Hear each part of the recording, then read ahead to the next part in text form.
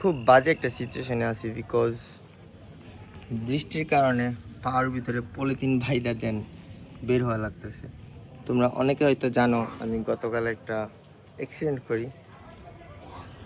রাস্তা অনেক ভালো ছিল, দেন আমি কর্নারিং নিতেছিলাম, হঠাৎ চাকা স্লিপ খেয়ে পড়ে গেছি। কিছু করার নাই, ভাগ্যে লেখা ছিল এটা, আল্লাহ যা করে ভালোর জন্যই করে। বাট বৃষ্টির কারণে পলিথিন বাইরে হাঁটা লাগতেছে। অদ্ভুত এক্সপিরিয়েন্স। তবু বের হইতে হবো বাসা থেকে, যত যাই হোক না কেন। বন্ধুদের সাথে আড্ডা দিতে হবো, বন্ধুই সব, আবার বন্ধুই কিছু না। যাই হোক, আলহামদুলিল্লাহ। চাইলে আরও অনেক খারাপ কিছু হইতে পারতো। মায়ের দোয়া, আল্লাহ চায় আমি ভালো থাকি, এই জন্য আহামরি কিছুই হয় নাই। বাট আমি যেভাবে ক্র্যাশ করছি, অনেক কিছু হইতে পারতো। আল্লাহ আমারে নিজে বাঁচাইছে। আমি ওইটা দেখি শুধু পাও কাটছে, আর কিছু হয় নাই।